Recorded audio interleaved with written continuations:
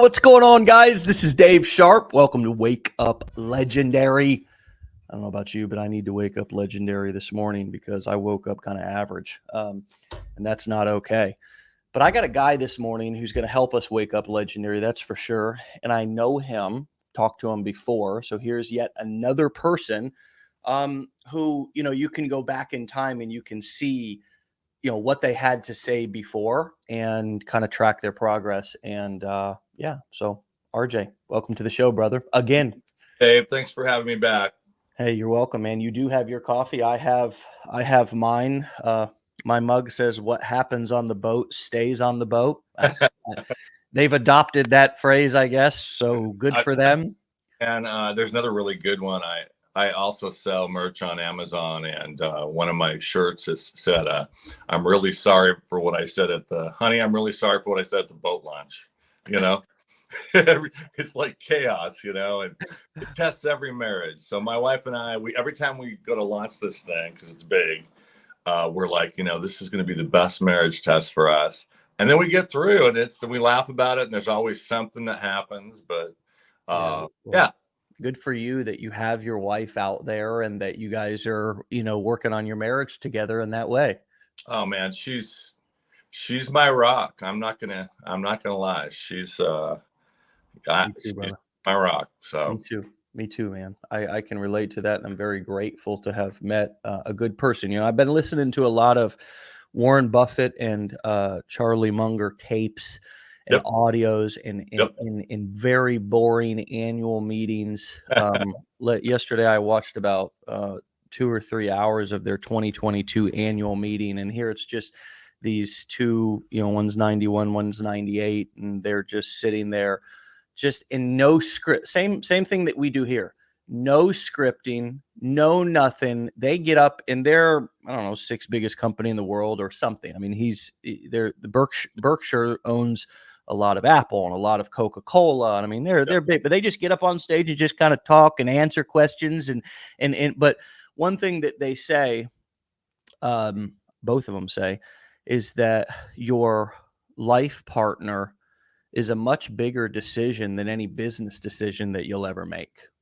There's TikToks. In fact, I almost duetted a guy the other day that said exactly that decision. And I was married once before, and without vilifying her in any way, I have 2 great kids out of that marriage. But boy, I'm telling you, it took me 10 years she stuck around. My wife, stuck around for 10 years for me. I just said, when I make a mistake, I'm okay with that. I just don't make that same mistake again. And I'm as loyal as an old dog. None of those stuff, but she's finally like, it's been 10 years, man. Either just put a ring on this or lose it. And I'm like, oh, well, okay. Yeah. So I had to learn from that, that whole thing, and the best decision I've ever made. So, well, marrying my wife was the best decision I ever made as well. And I think that for those of you out there who are like, wanting your marriage or your relationship to improve, or you're wanting that perfect person, that soulmate, you're wondering when it's your turn to have somebody, there's a solution for you no matter what situation you're in. Yes. And that is raise your value. And that is keep your side of the street clean. And that is to focus 100% on you. Right. Whether you are married or whether you are looking for your soulmate and you're single, because if you raise your value and if you focus exclusively on your side of the street, what does that mean? That means your business while also not making people pay for you focusing on your business. Right. Focus on, hey, one of the best things any man can do is sneak out of the house, okay, and go to therapy. That's another thing. You know what I mean? That's another thing. I find, it's like if I concentrate on what I bring to the relationship and how I can handle my end, I don't have a whole lot of control over it. Dave, how this is a great segue into what we're going to, into this great business that we're in.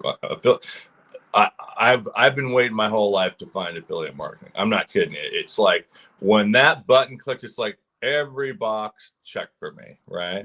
Like what? I don't have to deal with customer service anymore. I don't have to. I just have to be super informative, and I've got to prove my point to people. I have to give them validity in their purchase and confidence. That's my job. Yes.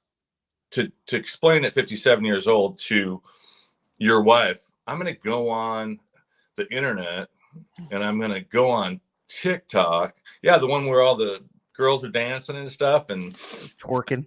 I'm going to tell people about my life in little clips, and I'm going to segue it into the things that I believe in. And do you know what kind of wife it takes to go, oh, okay. I mean, because she knows I'm not going to drop the ball with my other stuff. She knows if let's say I had a really bad month or something, I have my contracting company. I just pick up another couple jobs. I'm not going to let what's important to me go away. This is my main focus, but for a wife, that's the whole thing. With all due respect to my first wife, she didn't have that vision. No matter how, even if it didn't affect her financially, she couldn't handle the non-predictability of it. And you're also a different person now, though, aren't you? Would you agree that you're a different person today than you were in that first marriage? Oh, I'm 360. Yeah. I mean, it's because I'm allowed to be myself, Yeah. Well, there's a beautiful thing that happens, I think, when a man, and I can only speak for a man, or let me just speak for a man. When a man takes care of his business, and a wife or a partner can feel secure that you're not going to drop your other responsibilities if you're going to do this. Yes. That's what you just said. That's what you just said. And I think no matter if your partner is a visionary or she's a non-visionary, like my wife is not a entrepreneurial thinker. She's not none of that. None of that. She was happy at her job at a homeless shelter, brother. My wife was completely and pissed at me when we would get in fights after she had quit that job, because I was like, quit your job and then come home, and and then she, when I would be an asshole, she'd be like, I don't know why you asked me to quit my job. You know what I mean? But here's my point is that you said your wife knows that you're not going to drop the ball in the other things, and I think that if you're looking for your spouse's support, if you're looking to persuade and influence your spouse and get them on your team, number one, don't make you doing this business be something that she has to pay for or he has to pay for. Yes. Don't make it a burden to them. Yeah. Because if now all of a sudden you've started this new business and you're never around, you're always edgy, you're snapping, leave me alone, all this kind of stuff. What do you think that in your family's mind that business is going to become? Right. Going to become a thing that's stealing my husband or stealing my dad. Yep. And it's going to be an evil thing. So here's the magic to building a business. And I didn't learn this until 10 years after I started the business. I did this dumb shit for a long time. But I thought that my business was so important, what I was doing, and just because I was making a lot of money personally. I made it my I'm always walking around on the phone in the house and all this shit, and I'm just dominating the space. But now what happens is now my wife and I work together, but I don't even want my kids to know that I do the business because I don't want it to burden them. See, if something's in my life and I'm saying this is going to be my freedom, but it's a burden to everybody else, of course they're not going to support me and they're going to hate it. Right. And so I also have to learn how to grow myself up. I got to grow myself up. And if I'm going to do this thing that's not going to bring in immediate revenue, then don't go quitting your other shit and freaking your family out. I mean, I don't know how more plain and simple to say it. Well, men get stuck in this. I'm trying to be sensitive here. I got to learn not to be an old dog sometimes, because Dave, like a curmudgeon. No, I am too. You should let it fly, because Charlie Munger does. He's 96 and he's just like, That's stupid. Say it how it is. No, I totally do. But this is what I'll segue into my TikTok experience the last few days. You know, I've all of a sudden gotten a lot of traction. I've got several videos with multiple million views, and not the ones that I thought they were going to do millions, of course. I'm getting hundreds of new followers a day, sometimes thousands. And I get on yesterday and I set up my little studio here, dude. You'd love it. I got this giant big screen. It's like I can actually see because my eyes aren't that good, and so I don't have to wear my glasses. Like, I've got a 40-inch screen right here, and I could show. I could teach. I can say, hey, well, my whole thing is I welcome anybody on there to disprove me. I want you to go on. I want you to test everything I say, because when I got on here, a lot of people didn't tell me the truth, right? Well, when I say things, that gal, I know her name. Names aren't so great for me, but I know her every face. But the gal from, is it Peru or Brazil? That's so fantastic. And you had her. She's just wonderful. Yeah, and I said she was Killing it, meaning crushing it, right? Yeah. And I'm on this TikTok, man. I got this live going. People are just flooding in, follows. People are sending me stuff on there I've never even heard of. I don't even know what that means, like the ding, ding, ding, and diamonds, and all of a sudden I'm in the middle of this thing, like Rose. Some old curmudgeon really just talking shit in TikTok. That's bells and whistles are going off and shit.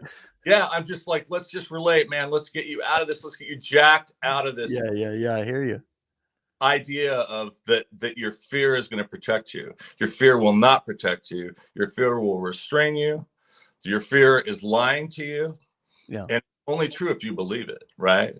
If you believe you can't do something, I'm not going to talk you out of it, you know? So anyways, I'm just jazzing it up, and I'm like, I finally get it. I finally in the vibe with this live thing. I'm going to do this 3 times a day because I'm like pennies from my next level with Legendary. I'm literally pennies, right? And so I want to educate people. I want to get to this next place, and all of a sudden it's just like, literally shut me off mid live. Like, you're a bad person, and you've done all these, and then they send me a list of things I could have possibly done. And with all due respect to them, I'm not going to sit here and just badmouth them. I want to be accurate and constructive here. But I've been working 7 months on this, and now I'm becoming more omnipresent, thanks to Matthew, or actually Josh and you. I'm getting more and more, but my main account is still TikTok, and so I've never encountered anything where you're always in trouble and you have to prove your way out of trouble. You know what I'm saying? Yeah. The assumed guilt, you're already guilty. It's just which they send you. It could be this number of 1,000 things that you did, and I'm like, just tell me the thing that I did, and I won't do it anymore. You know, TikTok. Yeah. We're in a massive, we're in explosion mode right now. I mean, TikTok's in explosion mode. Everybody's in explosion mode, and they're just trying to keep up and figure out, you got people on your live. I think the thing with us marketers is they're because the platform is being sensitive to people reporting stuff. I mean, ultimately that's what's happening. That's why if you get an account flagged, that's why it's getting flagged, because people are reporting it. And who knows what other technology, maybe once somebody reports it, they go and they scan all the words of the video and see if there was anything that was, you had spelled out KILLING, right? Maybe that was a word I don't know. But I think for all of us, because these platforms are so sensitive, and because more than anything, I think that, the masses of people do not respond well to motivation. They interpret motivation as somebody's trying to scam them, right? Mm-hmm. Like, you're trying to say it's okay, you can do it because there's something, there's a catch. And that's what I would say 99% of people think, right? 1% of people is you and I. That's the people who respond to a message and are willing to, maybe it's more than 1%, but are willing to give somebody a chance or to look at it, or we're open-minded to business opportunities or whatever. It's just a different personality type. So no, and have you all ever noticed, RJ, have you ever noticed that the accounts that are just meme accounts and there's no inspirational content at all, though they're just funny and they're humorous, and sometimes they're a little bit negative, you know what I mean? They're almost self-deprecating, and they're, it's just these meme accounts. They just go crazy, right? And so I think the question is, how can we introduce our message to the masses in a way that maybe they'll receive it a little bit more? And I don't know what that is for each person. It's all about volumes, right? So it's turning up the volume on maybe the humor, or turning up the volume on maybe, on maybe pointing out the deficits of what you're doing, right? So you add a little balance and not just make it look like it's all great, right? Right. But it's about the levels of volume of your message, and what do you need to turn up and what do you need to turn down to figure out this middle ground with your audience, where you're not pleasing everybody, but you're also not triggering this response in people to where they're like, I don't believe it. This is unbelievable. It must be a scam or something like that. And I'm not talking about you specifically, RJ. Who knows what happened in your situation?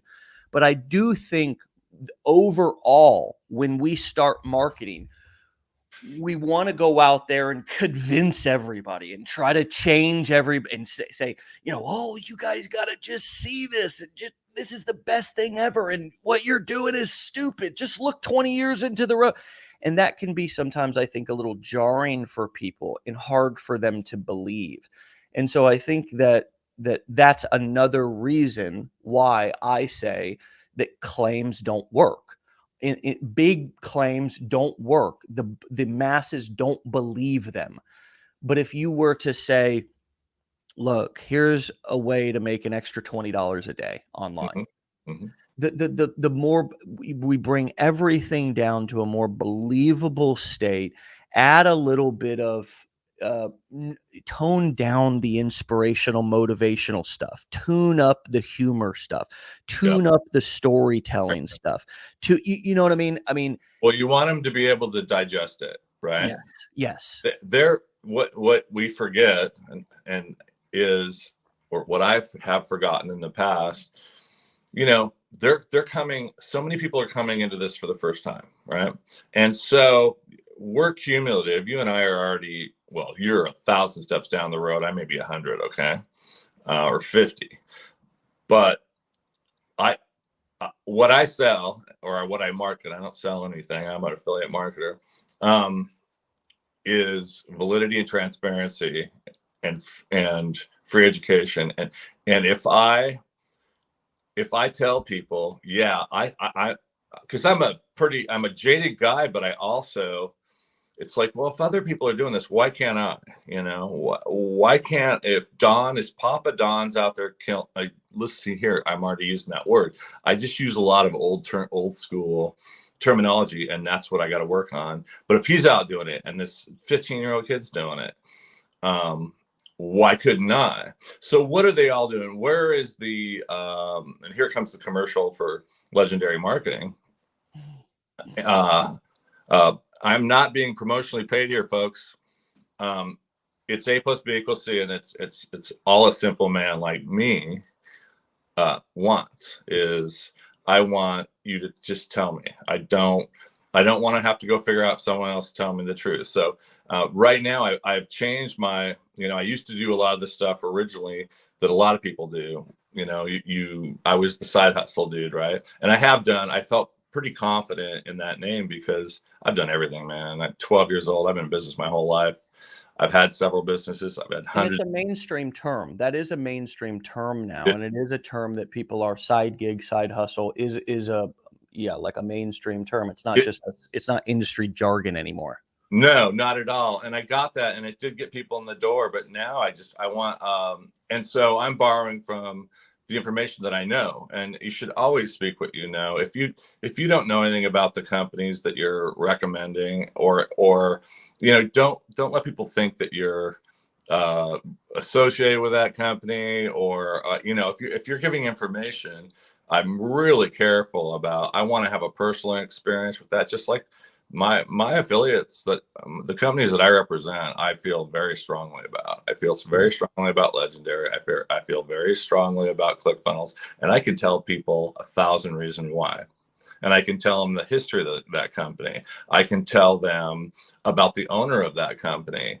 And so when you have that, when you're armed with that kind of information, and you have a computer and a 40-inch screen behind you that you can just pull up, let's go online. Let's go check it out. Yeah. Because I thought it was, you think it's too good to be true? Well, it's not too good to be true for me. It's not too good to be true for the gal in Peru. It's not too good to be true for Josh Smith. Yeah. And so my job is to make them believe that they have that person inside them potentially.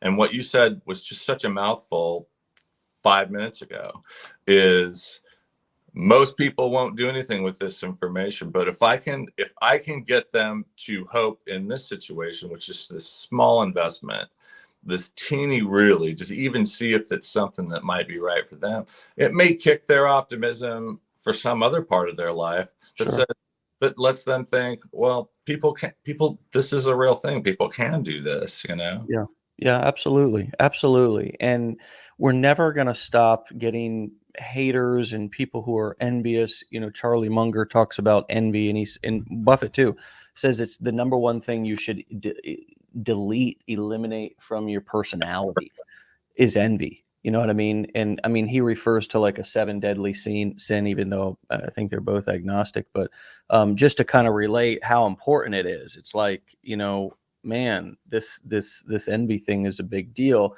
And that's all it is. I mean, somebody says, why do they flag your accounts on any platform? It's because of envy. That's all it is. I mean, whether it's envy of the person who's sitting in a cubicle somewhere, who says, I don't like this video, that it's usually user generated haters who are whatever. We don't really know, but I don't really care to know, because it's a game and you have to learn how to play the game. It's just like Buffett and these guys are making absolutely unfair, just obscene amounts of money. Yeah. And what good is it going to do for me to try to be envious about it or whatever? It's just it's just a game to them. It's not even it's like playing chess. It's like playing checkers. I almost said poker chips, but it's not like that at all.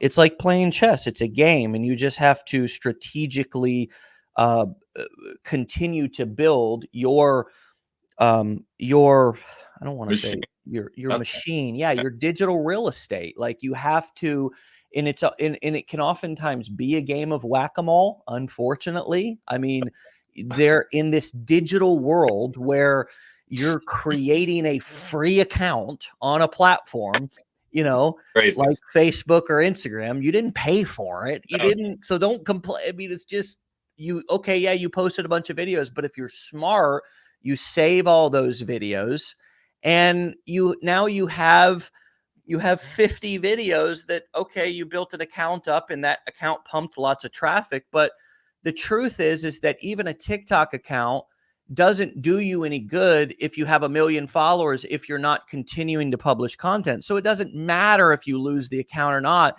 It's nailing the content.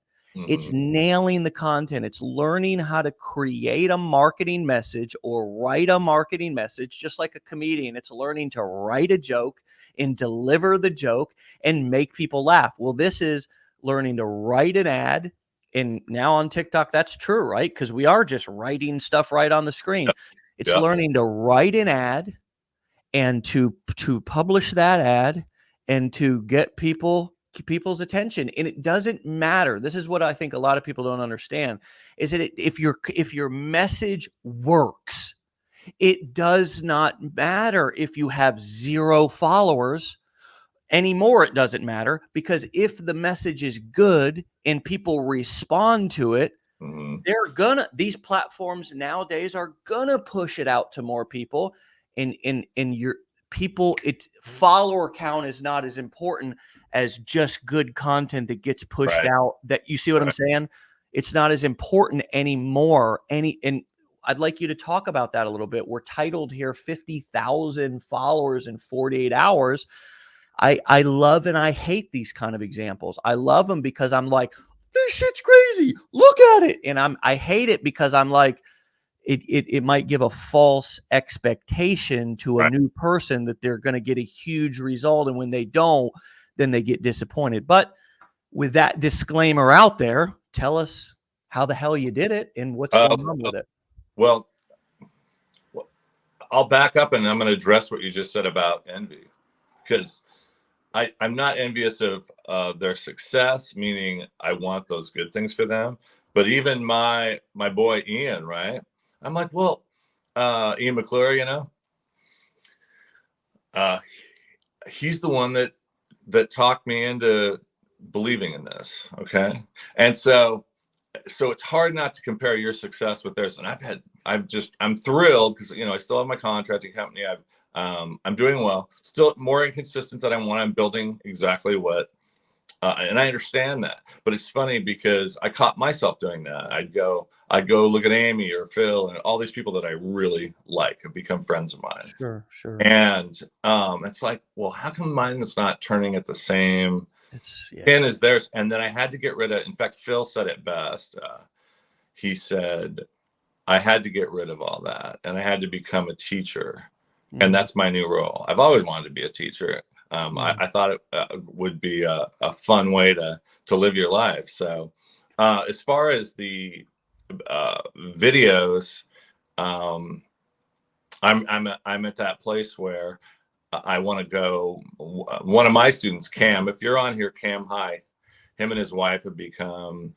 I feel like I've known him my whole life. We're very similar people. Similar backgrounds, and he just got his first commission the other day. He just started, and so it was just like, yes, so proof of concept.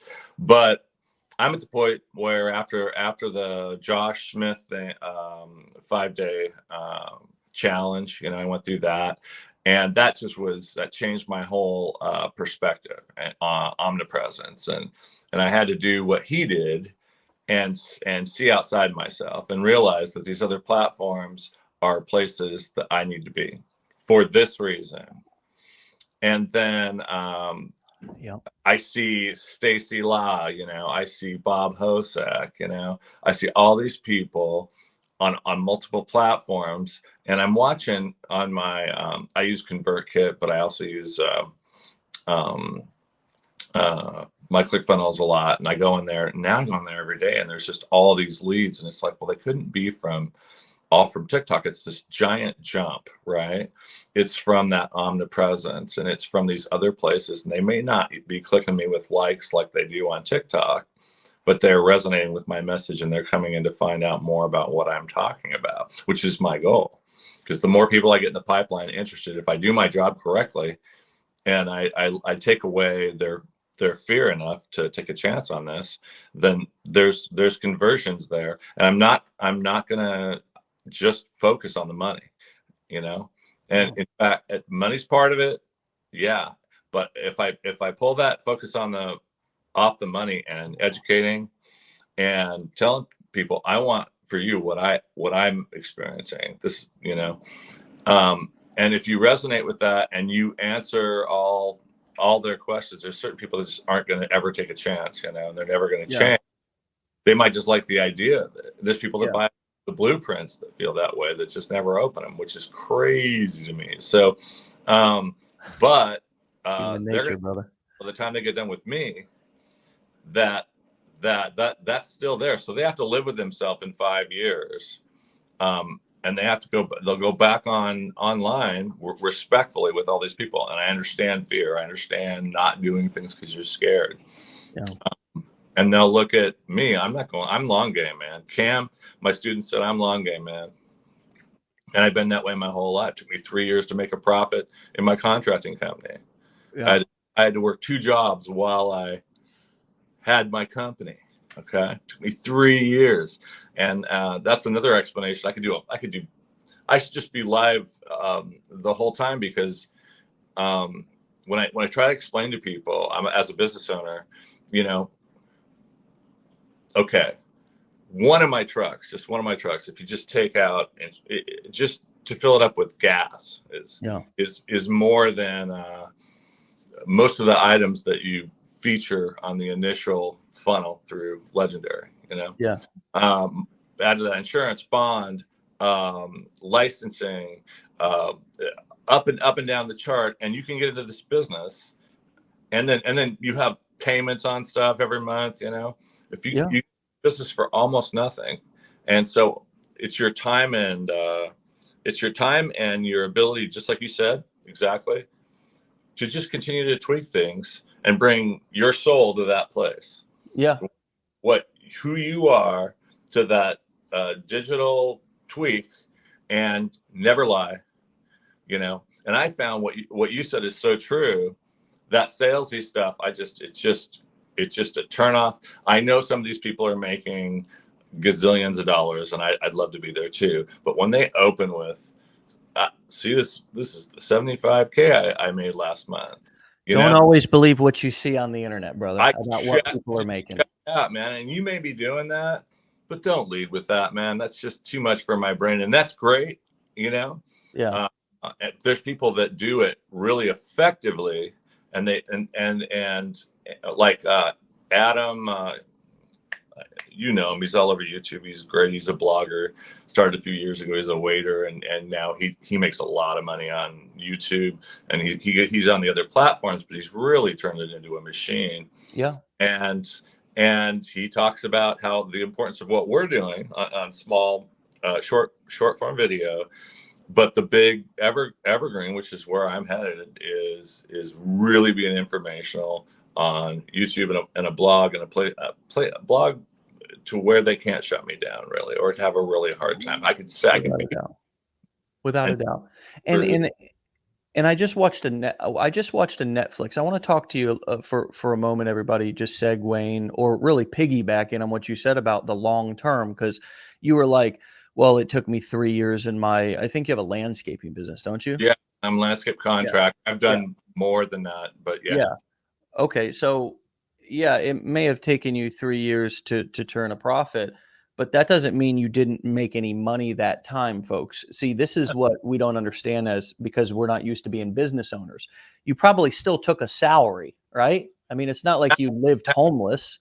To pay yourself out. You got to pay yourself, right, people? So let's clarify. When he says that the business didn't make a profit, there's a difference between being an employee in your business and then the leftover profit at the end of the day. That's what I think, that's what we really, I didn't even realize that. It was like, wait, okay, I own a business. How do I treat myself in this business, especially as it starts to grow? And it's like, well, you treat yourself, if you have a business like a landscaping business, or even if you wanted to treat yourself in this business the same way, you pay yourself, look at your salary or look at your living expenses, and you pay yourself enough to be able to live. But then the rest, you have an option to either leave it in the business, reinvest it, buy more equipment. In the case of a landscaper, buy more lawn equipment, mowers, things of that nature. So when you pull up at the job, you don't look like you don't look like the guy who's, this is his first job. You got some equipment in this business, because it's got such low overhead and high profit margin potential. What I would recommend to everybody right on this topic, give you something actionable right now, is look at what you need from this business, not what you want, not what you like, but what you need from this business every week, and pay yourself that. Maybe it's $250, maybe it's $100, maybe you don't need anything, I don't know. But then you take the remaining profit. You also need to set your tax money aside each month. Look Right. at how much you made, figure out what tax bracket you are, put that in a separate bank account each month. Make sure you don't have a big tax bill at the end of the year. But after you've paid yourself and get a business bank account, you've moved that money into your personal account. Say it's $200. You're just getting started. It's $200. But there's $500 left over from this week. So I got $200. That was my salary or my supplemental income, but I got $500 left. Well, God, yeah. This is where the magic happens. This is where the magic happens. So you take that $500 and you go and open up a Vanguard index fund that just tracks the total stock market. Don't take it to an investment planner who's going to charge you 2% of your total balance, whether they make money or not. Don't put it in Bitcoin. Don't do something else stupid.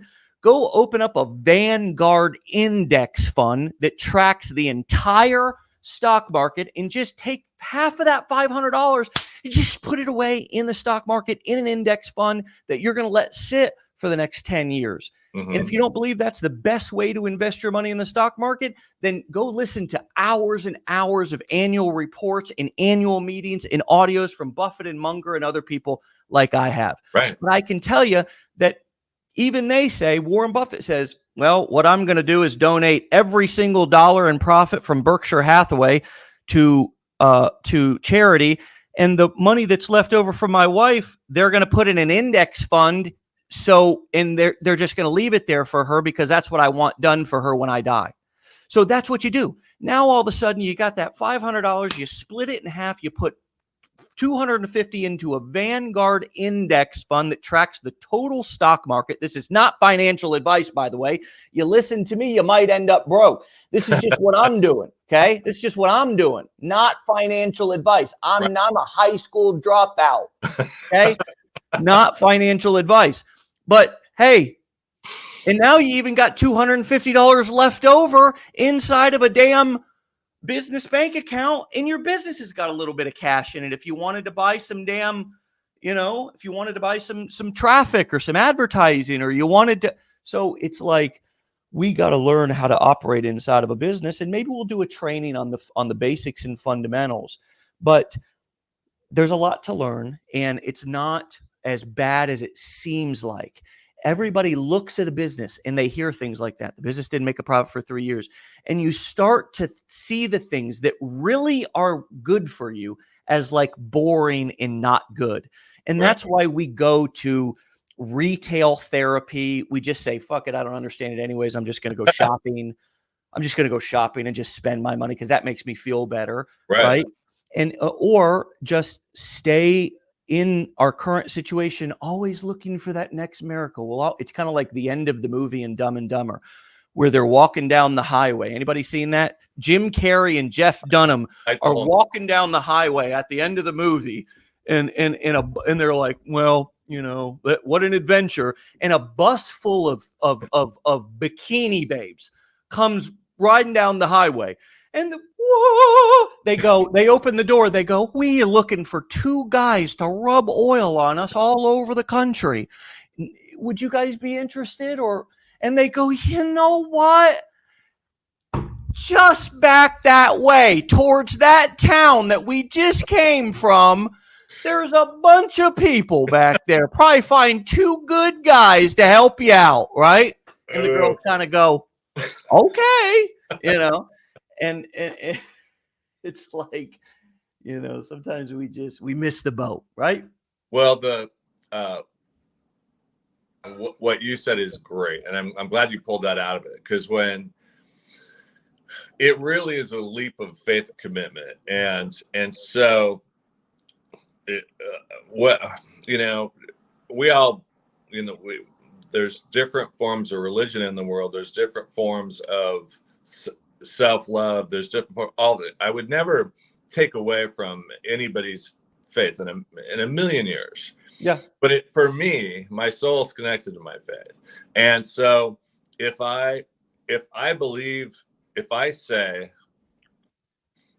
I'm going to do this thing that not a lot of people do, and I don't care what anybody says, and I don't care what the haters say. I don't care what the circumstances are. Like I said, I didn't make a profit for 3 years. Well, like you said, The business didn't make a profit for 3 years. You that- made money. You made a salary though.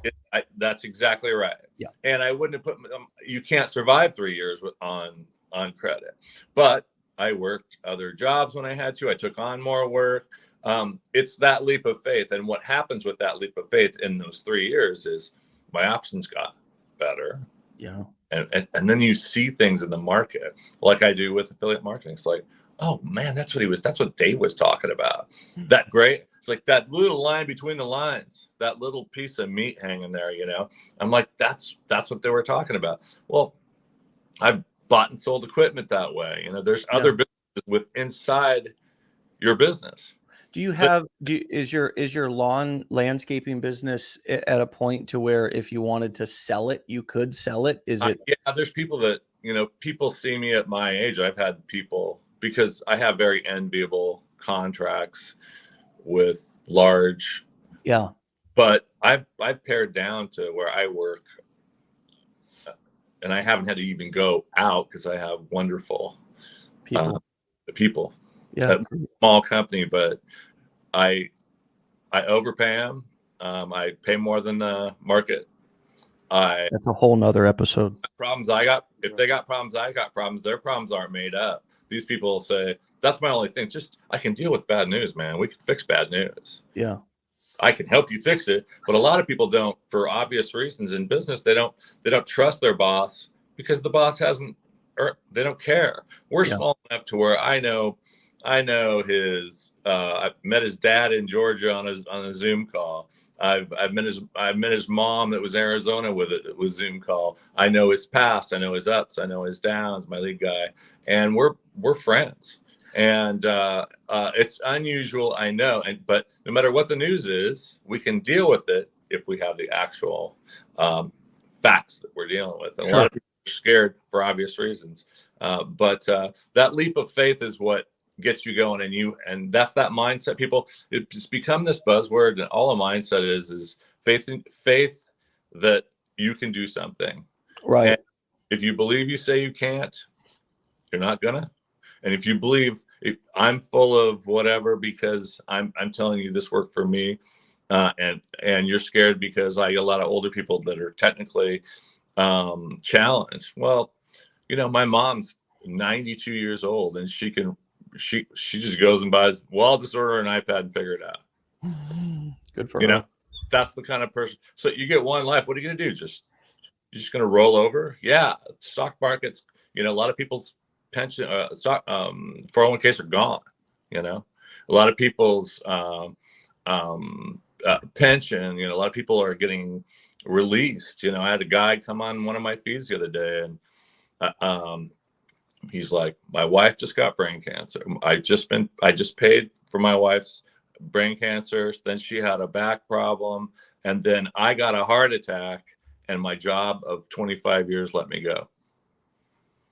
And you want to feel humbled by your reality. I don't have problems, man. Right. And so he's looking for something to believe in, and I'm just going to give him an option. When I find that the less salesy I am, the more they come to me, and that's what I want them. I want them to go. I trust that dude because he tells me the truth. So I'm going to see what he says as we go. Yeah. And so that's all. I'm a trust builder. And the quote sale, see if it's right for you. It's a video, man. It's a video. There's a great way. There's a great way to market and persuade, and it's to do exactly what you're saying. And it's what I also recognize in Warren Buffett, right? When I get obsessed with people, I really do get obsessed, and I go kind of all in, full immersion. And I've done it with a couple of things over the last year or two. Full immersion on watches, full immersion on sailing, boating, fishing, full immersion now on investing, just because when you're going to do something, for me, there's no sense in doing it unless I have a chance to master it. There's no sense in doing something half-ass. It's because I'm, first of all, only going to do things that I'm interested in. Is number one. I'm not going to do anything that I'm not interested in. I'm just not. Right. Number two is if I do, and I prove that to myself. Number two is if I'm interested in it and I want to learn about it, I'm not going to half-ass it. Why? Well, because I want to get the maximum results out of it.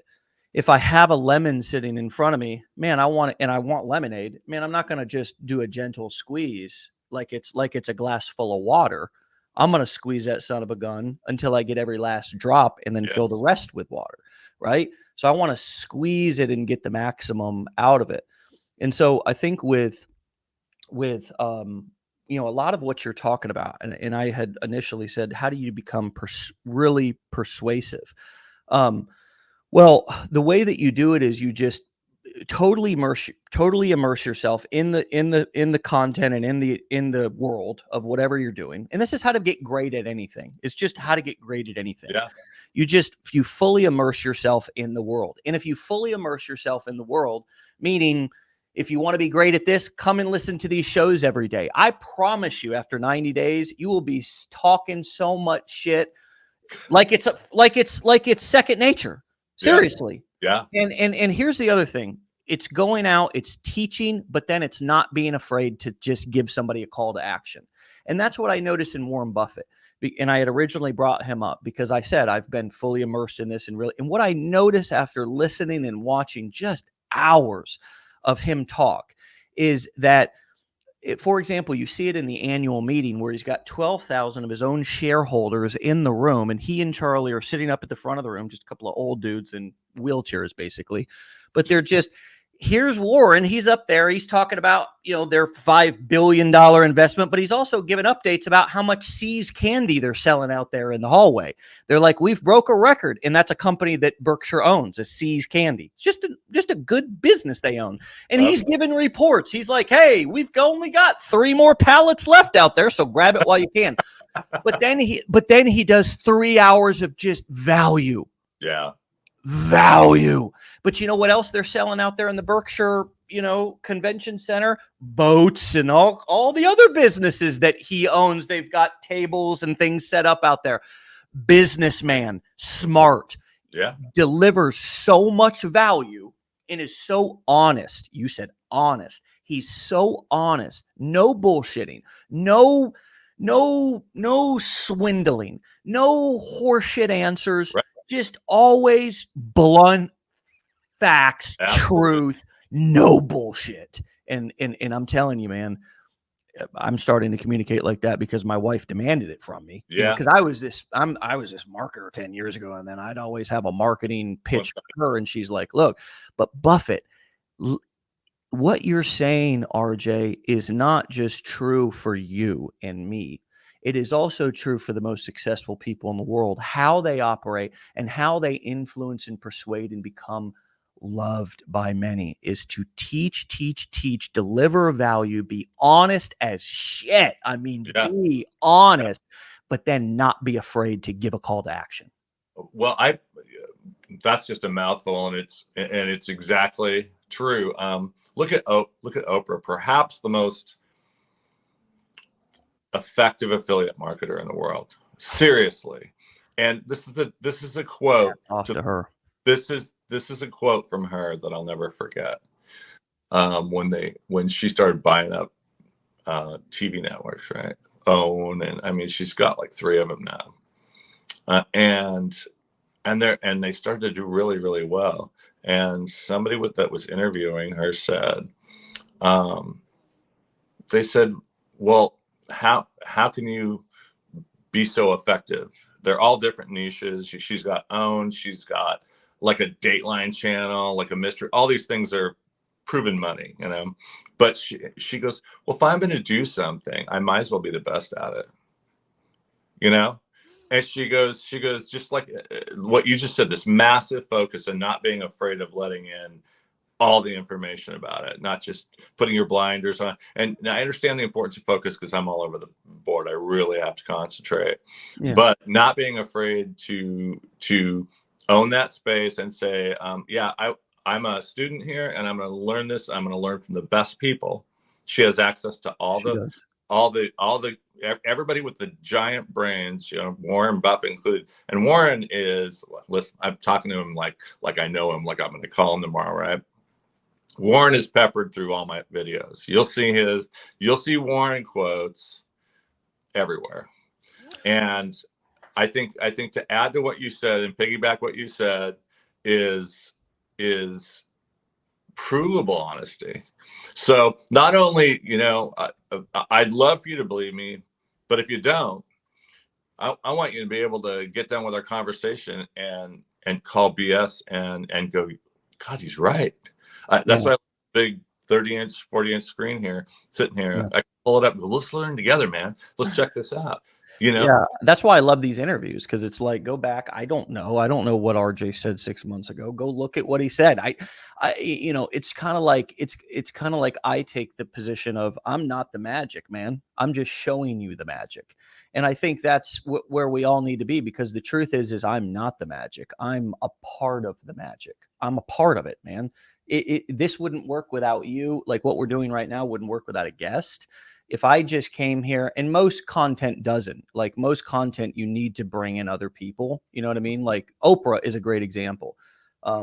Oprah did exactly what you did and exactly what I did and exactly what all of us are doing, which is she built a personal brand. Mm-hmm. She built a personal brand. That's what she did first and foremost. Was she had a TikTok channel. It just happened to be channel 8, right? But back then there was no TikTok. That was the only place to create content. Nowadays, everybody's got everybody's got a channel 8. Okay. So, and there's lots of Oprahs out there. There's lots of young women who are going to rise up to be as influential and as powerful in 20 years as Oprah is right now. It's just a fact, Jack. I see it. Okay. Yeah. But Oprah just created multiple streams within the same business. Yeah. That's all she did. She just said Oprah Winfrey Incorporated is the business, and there's the TV show, there's the magazine, there's the network, right? These are all multiple streams of income within the same business, under the same brand. And it's the same exact thing that any one of us can do, specifically with the core 4, because that's mainly what she's worked with as well. Courses, coaching, and events. I mean, in free content as her strategy to bring people in. It's exactly what we do, just kind of on a larger scale and a more commercial scale. Well, I use Wake Up Live as a lot of us are now. Amy, Phil, because it is such a special thing. This is really a special thing. And I learned all my industry jargon from it, right? Sometimes you guys say stuff, and what the hell's, what is that? You know, I know what SEO is, but there's a few guys that thrown out. I have had to Google it, you know. And I was like, oh, well, now I know the industry term for that, you know? Yeah. And nobody, like people that are new on here right now, it's like, what is short form? What is long form? What's the difference? Why do you need this? What does YouTube, they pay you for views, you know? So when you get into an industry and you start to master it, you see the areas that Oprah saw, right? Mm-hmm. And she could not get that view without climbing a pretty big mountain. So she's halfway up and she just saw over that next mountain, right? And she's like, oh, well, that's something nobody else got to see. I had to climb this and believe in myself enough to see that opportunity. And then she has, you know, it's not accidental. This woman is purposeful. Well, she also could get up there and see that there's other people up there that she didn't know were there. And they're kind of like, hey. Yes. So, well, but anyway, who is you were going to, I think, tell a story. I didn't want to interrupt, but I just I kind of had that thought, because I mean, you're even climbing up and it's like, I don't know really where I'm going, but then you kind of get up there and then a bunch of other people up there chilling, like, that's a great, hey, what's up? It's true. You know what I mean? Far from each other. Because for me, it's like what a lot of people don't understand while they're out buying, you know, all, you know, searching for the perfect mentor and all this kind of stuff and thinking that, you know, somebody else is going to be their savior. It's like, look, man, it's like if you're religious, like you stated you are, you've already got a savior, man. You don't need it. You don't need somebody on this earth to do, I believe. you see what I'm saying? Yeah. So it's like you, and if you're agnostic or atheist, then you certainly don't believe in a savior, right? So it's like you don't. So stop treating human beings like they're gonna be your guru or like the person who you've always been looking for. It's like a lot of it. You have to get out there and just, immerse yourself in it and learn as you go and show up to the calls like you're saying and learn the jargon. In 90 days in, you will know so much more than you could ever imagine Right. about. And then you might be saying, well, I don't feel like that yet. Well, give it another 90 days. I'm not saying 90 years. I'm Right. saying most of us can't sit still and do the same thing for 90 days consistently. Mhm. And we just simply complain about the results that we don't get from the work Right. that we didn't do. Right. And we do that about our marriage. We do that about our business. We do that about our job. We complain about our job as if our boss or something owes us something. And that's just not how capitalism works. It's not written in the fine print of capitalism or the large print that, you should be overpaid or recognized to a certain degree or anything like that. It's about commerce, value, transactions. And so, I think a lot of this, like with Warren's investing principles, it's just, you got to learn to cut out the noise. You got to learn to stop looking for the secrets. You got to learn to stop, chasing the beautiful dragon into the alley, and then it turns around and fucking bites your head off. You got to stop getting caught up with people in their private message thinking that you're going to get some inside scoop. Yeah, you're going to get an inside scoop. They're going to take a big scoop out of your wallet. It's like I got to stop always looking for the shortcut and realize that work is the shortcut. Yep. Just doing the work is the shortcut. And within just a short period of time, and by short, I mean, a couple of years for me, it's been 10 years. I have accumulated more stuff. I have made more money. I have way more than I want or need. And I'm grateful for everything that I have. But my point is that if you stop obsessing about did I make a penny today? And, or did I, we step over dollars to pick up dimes all the time. Yes. And we look to avoid the work and we work harder trying to avoid the work. It is the reason you want to get a shift in perspective. The reason why I'm focused is not because I'm any different than anybody else. It's because going the way that I do something, when I do it all in. Mm-hmm. So for me, what I've learned about myself is I've started enough shit and didn't finish it. Right. That now I don't even bother looking at anything. Just nothing, because I know how much work it's going to take to succeed if I wanted to do that thing. And I just know that I don't have time to pursue that right now. And what I'm doing, I've made a decision that this is the path that I'm following, and it's exhausting to chase rabbits into holes. It's just exhausting. I don't have time to do it anymore. I don't have time to sit through somebody's bullshit sales pitch. I mean, I got one coming up today. It's like I gotta sit on the phone with an investment guy who I'm probably not going to use, but he's going to tell me how much better investing in a diversified portfolio and paying his 1% fee.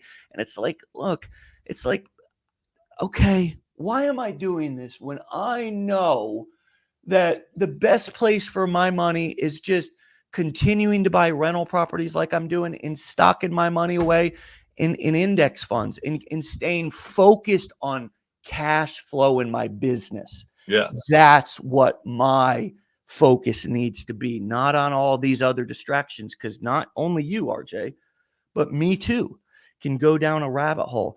But I think I've burned myself enough that I know I'm not going to follow through with the majority of things that I start. So why even start it? Why not just pour all of that? That was the thing that changed my marriage too. It was like for so many years, I wasn't sure that I wanted to commit. So I always had this little piece of my brain that was just like, I don't know. I don't know if I really want to commit. And you know what? It killed my ability to get all the things that I wanted, getting laid, getting paid, all that, right? Yeah. Because you're not going to be romantic when she senses that. And you're not going to be fully making the most money because your head's not fully in the game and you don't feel supported by your spouse. And so I was at a deficiency for years because of my own inability to just say, look, everything I have and I need is right here. And I just need to get everything out of it. I need to stop eating out of a trash can when I have T-bone steak right here at home. You see what I'm saying? And that's a metaphor, right? Mentally eating out of the garbage can with, I'm going to travel the world and spread my seed. This is a male thought. I'm just telling you real shit. But my marriage changed when I just committed and I said, look, I have everything. I don't even know the potential of this marriage. I've not even scratched because of my inability to commit, not because of her. And your business is the same thing. Your business is an entity that sits there that says, I will go as hard as you want to go. But most of us just never commit because we always have that piece that's like, well, I don't really know if I want to commit, or maybe this rabbit hole over here, or maybe whatever. But the Bill Gates, I shared this yesterday, and then I'll give you the final thought and we'll wrap up. Bill Gates, I think Munger was there, and Buffett, we're all sitting at a table, and Gates' dad says, what's the number one thing you guys would attribute to your success? All three of them at one time immediately said, focus. Well, God, it's hard to follow up that, but I'm going to add to it. Okay. If somebody went to my it's not on my TikTok. I put it on one of my personal accounts, and it grew legs because it resonates with so many people. Bum Phillips was a world famous football coach, right? And he said, people fail. We're all going to fail. He goes, that's perfectly fine. He goes, you only start failing when you start blaming other people for your failure. That's when you fail. I wish I could claim it as my own, but it just resonates with so many people, and make different. Can you say that again? I just want to make sure that I heard that so clear. There's a meme going around, and he's got all of his, football. Bum Phillips, he just said, people make mistakes all the time. He goes, continue to make them. He said, but you're only a failure is when you start blaming other people for your demise. So it's just goes back on you, What are you going to do? What are you going to do? These are obstacles, man. You get one life, and it could end tomorrow. And it becomes very evident to you when you're 57 and you got people dropping. I'm in charge of, I've got all these friends for 30, 40, 50 years. I've lost several. And I remember you saying that on the last show. And their lesson to me is I gotta pack these guys around with me, because I'm living for them now too, and they'd love to be here. Okay. They'd love to have an argument with their wife again. Okay. They'd love to be able to have a challenge of maybe starting something new. My thing, and that hit me like a lightning bolt several weeks ago, is my job is to get people excited and to believe in their life again. That's my job. Yeah, I'm a digital marketer, affiliate marketer, whatever title you want to give me is fine. Right. I'm the friend that's going to tell you the truth. And if you want guarantees in life, I don't know of any, man, because we're all our end. Nobody's getting out of this son of a bitch alive. I can promise you that. Nobody's getting out of here alive. About it. It's just part of our process. What did you do? And that deathbed, there's a nurse that would, and I could talk with you for 5 hours, Dave. But there's a ER nurse specialized in death, and it was on one of my TikToks, and she said, and she compiled this information for years and years and years and years, and every single person, with I mean very few exceptions, on their deathbed is, I really wish I would have taken a chance on myself and pursued the thing that I really wanted out of my life. And so my job is to say, hey, I failed a ton in my life. I went to 5 different colleges and I'm not a doctor. Okay.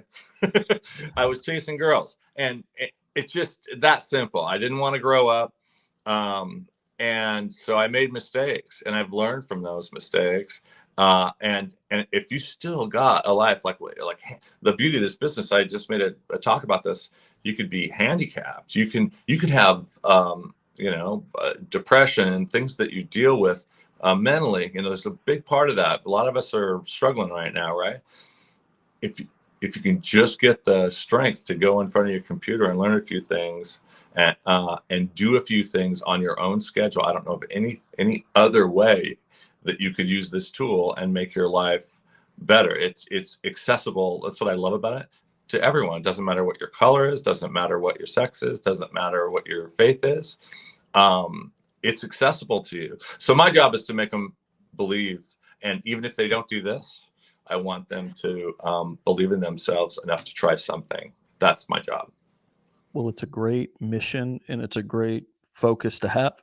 And it is a great, also in fairly therapeutic mission that, for me, I believe, being in the state of mind, in the state of heart that I am every day in this business, which is not something that a lot of us really put a lot of value on, right? It's like we complain like a son of a bitch about how toxic we feel at our job. But then when we get in our business, we don't give it enough credit for how it can make us feel, or how we do feel, like what you just said. You gave it credit, but I want to give it some credit because I realize that I haven't done that over the past 10 years a lot. But the truth is that I believe that this business has added to my life expectancy because I'm actually happy as hell every day. Me too. And I'm not in toxic, resentment. I'm not feeling dominated or controlled by anybody. I actually believe I work in a space with my wife every day. Yeah. I mean, and Me too. I'm working from home in my in actually a second home. So it's like a dream. And I get to look at, I mean, it really, I think, is going to add to my life expectancy because, my how long I live, because I could see myself sort of like I see Buffett and Munger at 91 and 96 or 8 or whatever he is, sitting up on that table still working. I can see now I can't see myself continuing to stand at a Walmart door or a cashier or down on my knees installing tile or any of this other stuff. But I can see myself as a crusty old man still talking shit on the internet. Well, if they stop motivating and teaching, you know what I mean? If they stop talking tomorrow and stop teaching tomorrow, do you see the twinkle in Warren Buffett's eye when he talks about what he's built? It's just it's captivating. It's humble. The money, yeah, that's become a big, that's maybe that's the result. But for him, if he would have made a fraction as much, he'd still be on there and be just as excited about it. And he lives in the same house that he had with his wife that he bought in the 60s. He's a philanthropist. He's a guy. My dad just died at 90. He's 94, and he had the same exact sparkle in his eye. If you don't have something that you can go to, if I never made a gazillion dollars, I would do this business because of how it it makes me feel.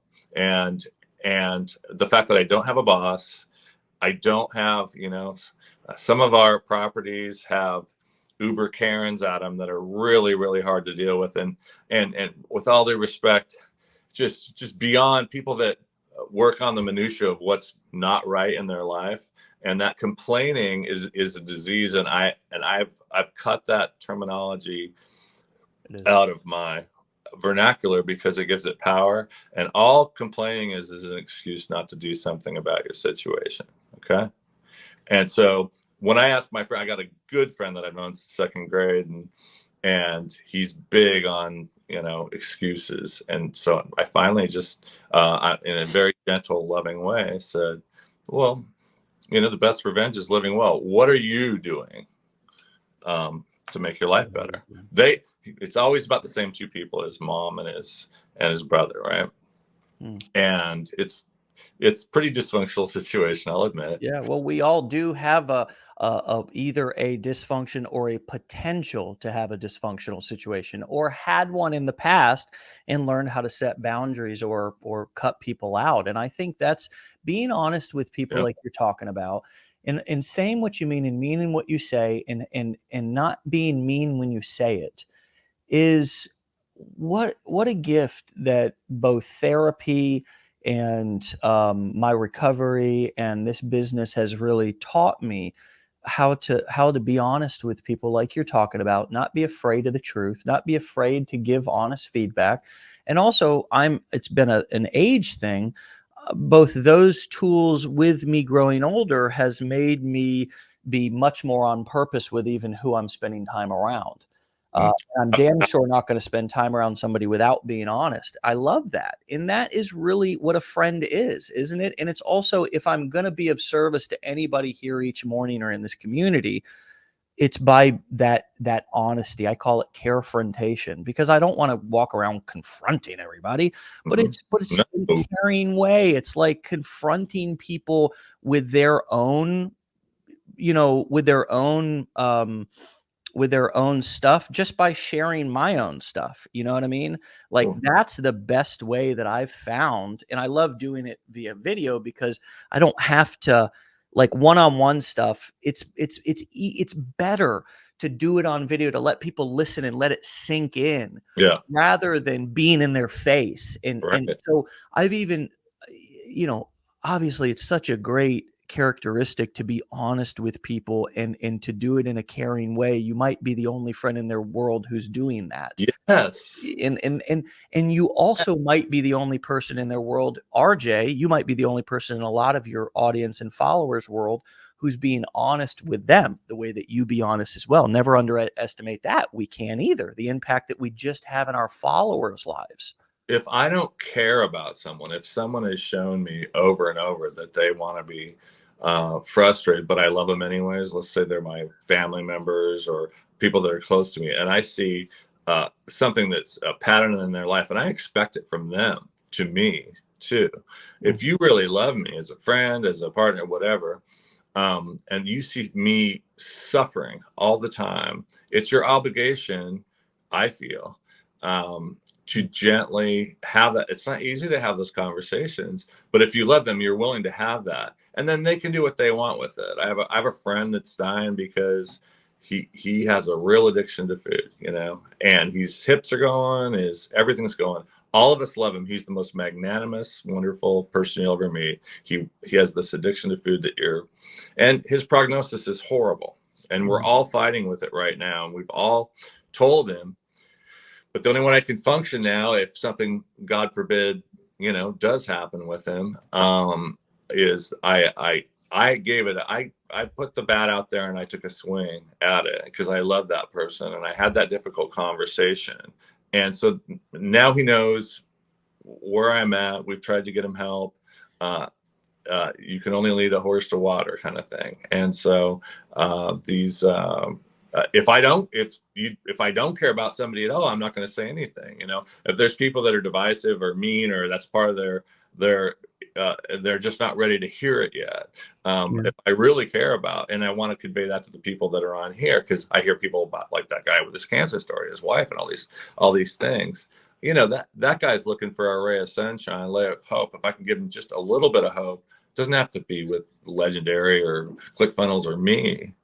He may take that hope and start, building something out of his garage that he's always wanted to build or and sell, or Let me share a yeah, maybe have a similar story, and then we really will wrap up. But it's not a long one.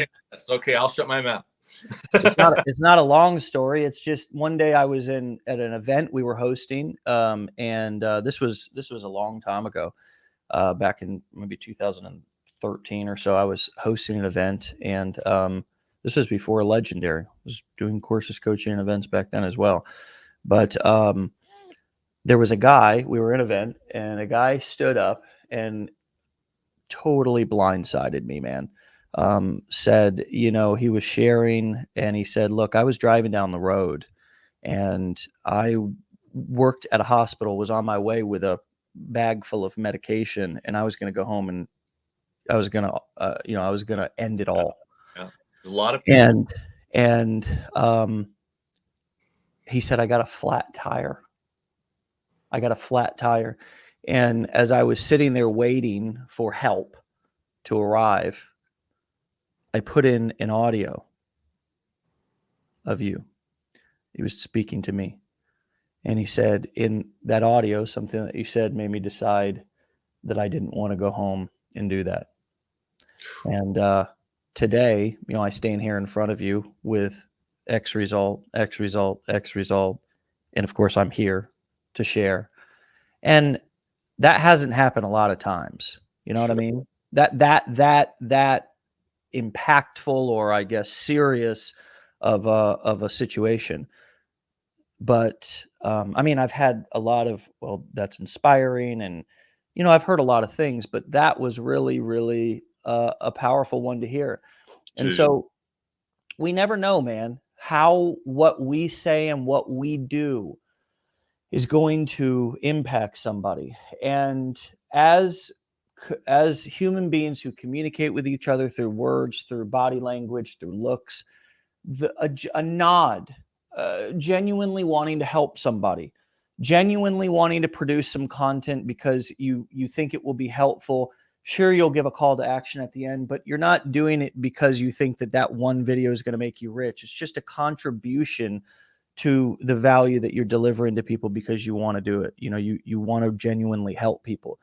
And I think for me, the results of that strategy, the results of what we're talking about, this whole episode has been about, which is really ultimately how you gained all these followers in 48 hours, and you've lost accounts, you built them back. You're building the business because the business is not an account for you. The business is your message. The business is, you have lots of pieces of digital real estate. The business is your email address, all these things, but ultimately the business is your message, who you are, your brand, and the fact that people are moved and impacted by what you're doing and what you're saying, and that it's not just a bait and switch. It's not just a, hey, here's some shitty video that I hope you click and I hope you buy. And why aren't people buying? That is not how any commerce works. And we see it. We see it in the groups. It's like, I've people are clicking my link, but they're not buying. Fuckers! And it's like, well, people don't just, it takes a certain amount of effort and contribution. And also I have to, if I have a selfless and a selfish meter. If my selfish meter is all the way up and my selfless meter is all the way down, I'm not going to make shit. I'm not going to make any money. They hear that bullshit. We all have our whole life, we're a walking lie detector, like in Meet the Fockers, man. And when you hear that, Robert De Niro, when you hear bullshit, right? And I when I was conveying stuff when I first started making, I thought, well, I would say things that were true, but I didn't experience them. So I felt like I was bullshit, that imposter syndrome, all that. So it's like, I'm going to talk about the stuff I really, really know. And I'm going to convey my heart to their heart, and then they can make a decision. And if they can come back later, and I'm going to say the same messages, and I'm going to say them honestly and clearly, and we all hear it when you hear. And some of these kids I know are making a gazillion dollars, you know, but I get on there and my stomach just turns. It's just like, dude. Well, there's a power in them hearing a consistent message, and I hope that's what Wake Up Legendary is, because you might be entertained by the antics or think that I'm being authentic, and that's fine. I'm just being myself, whatever the comments are. But the truth is, what we're teaching here is basic principles. It's really solid foundational stuff that works in pretty much any industry. We're not even getting into the specifics, at least not in this conversation. Right. And so it's you know, these are timeless principles, and they work. I've said this on other shows. What we're talking about today with just really trying to care about people and to really pour value into them while not being afraid to give a call to action is the same skill sets. And it's really communication skills and people skills is really what it is. And Warren Buffett said that you can increase college students and people. How many times do you think he's been asked, what's the best stock to pick? His answer to that is, the best investment you can make is in yourself.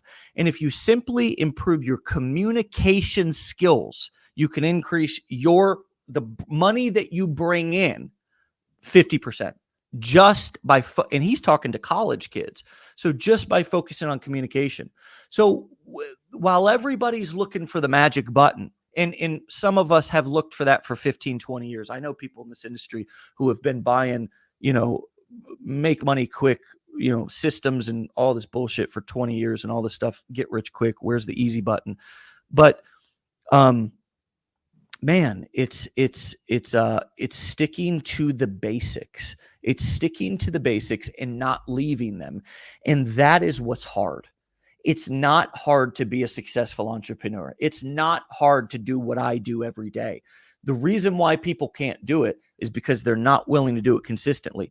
And if you look at these episodes, you go back to look at the very first one in March of 2020. And I know that's when we started because that's when, the world was going crazy. And my decision was got to go and not whenever. This is another Warren Buffett thing. When everybody is afraid, be bold. Yes. Okay. So everybody was freaking out, and my move, and these are the big levers that matter in your business. All this other shit that you do, 99% of the stuff doesn't matter. The big decision. So in March of 2020, we were doing a daily show, but I wasn't active in it. And so I said, I'm going to be active in it because nobody's doing that. Nobody's got their guy, the guru, whoever, the all-knowing one who you're paying $50,000 to touch the thread of his robe. He ain't getting out and talking shit every day. He's hiding somewhere. So I said, let me get out there and talk shit and just teach and just tell stories every fucking day to let them see years of me talking.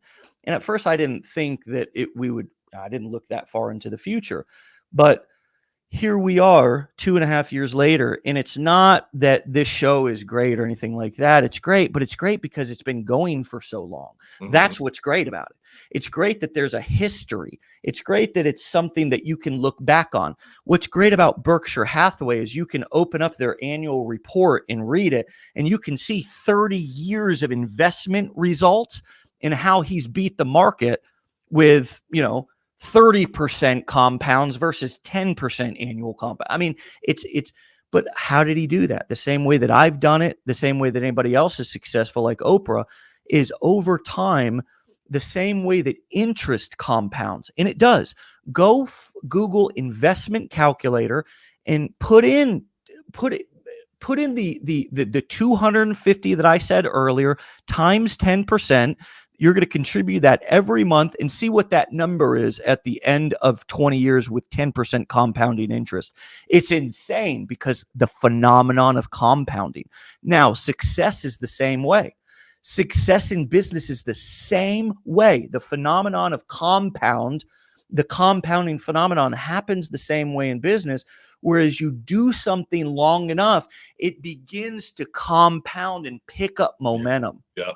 And it's something that no one can, you can't explain it. It's hard to tell people. I'm telling all of you right now that it happens, but it's hard for you to even see it because hindsight's always 20/20. It's hard for us to look into the future and imagine or trust or we can only understand what's right in front of us. But look at what others have done with that simple rule of consistency and simplicity. Look at what others have produced. Warren Buffett bought his first stock at 11 years old. The reason why he has a net worth of 60 billion is not or whatever it is not because he's a brilliant investor. It's because he's been more patient. It's because because he's not. Charlie said there's 3 things that an investor needs.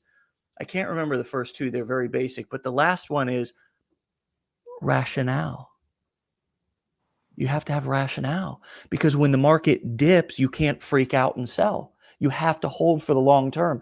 So the same thing that happens in a business when, I lose an account or a video doesn't go viral or whatever, something bad happens. It's the same thing with an investor. Same thing with Warren. If he would have sold, he'd be another Tom, Dick, or Harry living in a basic neighborhood in Omaha, Nebraska, not the Oracle of Omaha. But because he used the basic principle of let's not make a decision today to quit. Let's put that off to tomorrow and let's just ride this one out. Yeah. Right? Let's keep doing what we're supposed to be doing, what we've been doing. Let's just keep doing it. Let's ride it out. Let's have faith. And guess what? In 2022, he's 91 years old, got more money than God himself. And, and he's honest about it. He can be honest about it because there's no tricks. No. So. Well, I know we're wrapping up here. I saw the screen here. I've got a couple. I've got a backup account, which is my side .hustle.dude. My main account, I changed the name. It's Learn and Earn with RJ on TikTok. If you guys want to hit me up there. Learn and Earn with RJ. I think we had some people try to get that, and it didn't. Well, I'm currently dealing with TikTok, so I've got few accounts. That one's got about 56,000 on it, and I think this one's got a few thousand. But I'll be back on. You'll see me. You can't get rid of me. I'm going to be omnipresent. If you don't see me on TikTok, I'll be on Facebook Reels. So, all right, man. Well, hey, we'll hopefully have you back on the show here in a very short period of time. I love talking to you, but I gotta make sure I don't schedule anything within an hour and a half because for Christmas sakes, we sit here and talk for Absolutely. It's unbelievable. We've been doing this for 90 minutes. It feels like 9 minutes. So, hey, take care, brother. Get on out of here. Thanks, you. Everybody. All right, man. See you, RJ. All right, my friends. I have to prep for this call. Oh, Lordy. People are fun. Hey, this game is simple. It really is. We've just laid the damn game out for you right now. Give you so much game in 90 minutes. It's unbelievable. Hit RJ up, PayPal him $20-$30 for that session because it was well worth a nice tip.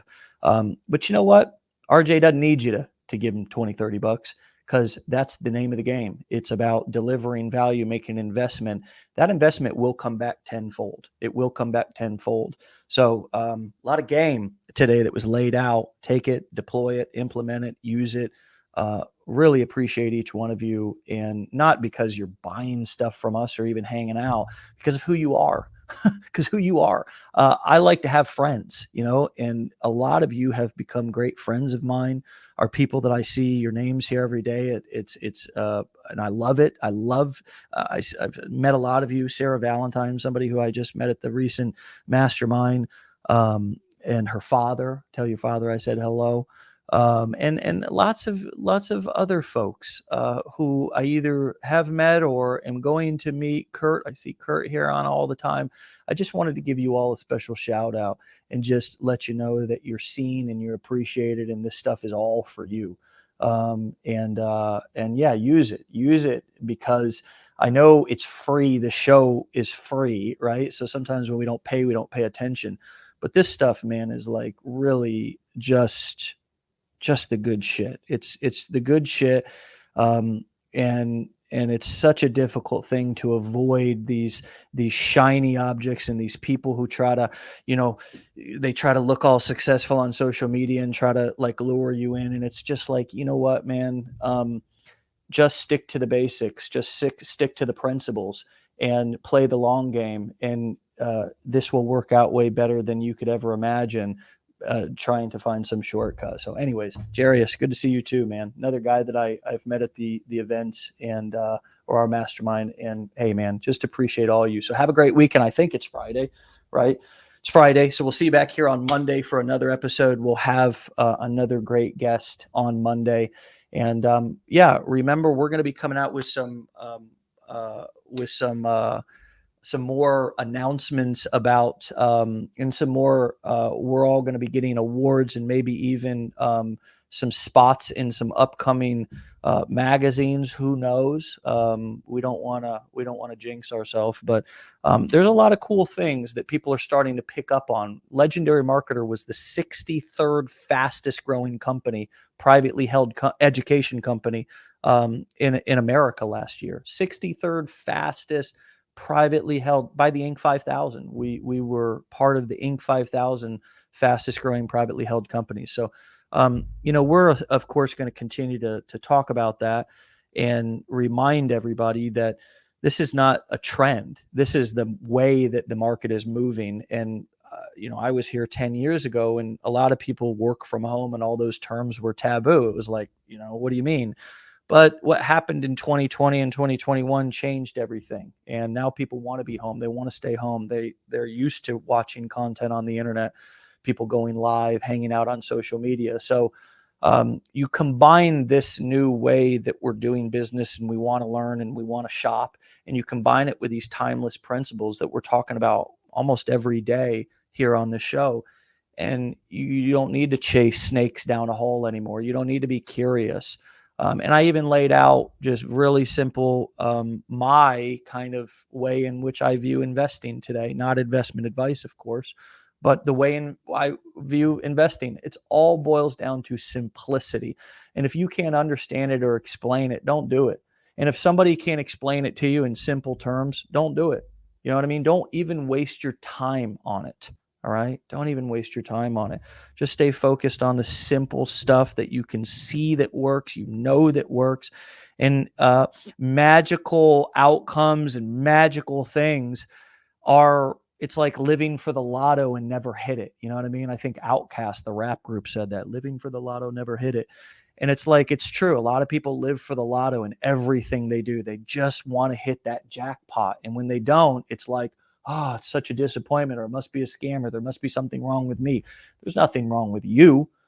You're just looking for the jackpot, that easy button. And if you would just transition just a little bit to just committing to be here for the long term with your business and your brand, not at Legendary, your brand, right? Your business and your brand. You commit to that to the long term and say, I'm going to be here for the next year, whether I make a dime or not, because I'm just going to go out and build my brand and build my reputation and build my audience. You will, I think you'll be surprised by the results. I can't promise any results. And quite frankly, I don't want to. I mean, there's enough stuff that's happening around us. I don't need to make a bunch of big hoopla and say, oh, this is going to happen for sure. Because honestly, I don't know that that's going to happen for sure for you. But my experience is that 99% of people can't follow through and do something consistently for 90 days. That's just my experience. So that's the first hurdle, is actually commit to something and do something.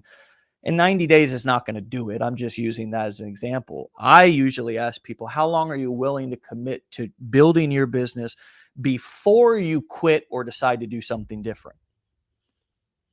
How many months? How many days? How long are you willing to commit to building your business, to staying focused on exactly what you're doing right now before you decide to quit or get distracted and do something else? How long are you willing to commit to just that? That's a hard question to ask or answer, is how long am I willing to commit before I quit or deviate? Well, a year is what I would suggest. And you might say, well, you mean, what am I doing? Well, no, if you want to create multiple streams of traffic, multiple streams of income, all fine. You can create multiple streams of income from the same business, right? We teach all of that inside of the blueprints with the fishing formula. Okay. As a matter of fact, a lot of you, if you can go back, I just updated the day 5 business plan class in the challenge. Go through and watch that again. There's a lot of great information right in that day 5 class about how to create multiple streams of income within the same business. But I want to leave you with that question. RJ dropped so much value, and this was an incredible long episode. And how long are you willing to commit to this before quitting or deviating to do something else? And that's an important question and something for you to think about, because unless you commit to something for the long term, no investment strategy is going to work for the short term. No business strategy is going to work for the short term. I mean, you might make a buck or two, but it's not going to bring the results that it could, the big compounding results that it could, unless you do it for an extended period of time. That's anything. That's a relationship. That's anything. So, sure, you might make a quick cash grab here and there, and you can do that anyways. I mean, if there's a bag to grab, you grab the bag, fine. But how long are you willing to commit to this before you quit or deviate is an important question to ask. And so many other nuggets. Go back, listen to this episode again if you can throughout the weekend. We'll see you back here for another episode and on another episode on Monday. Get out of here.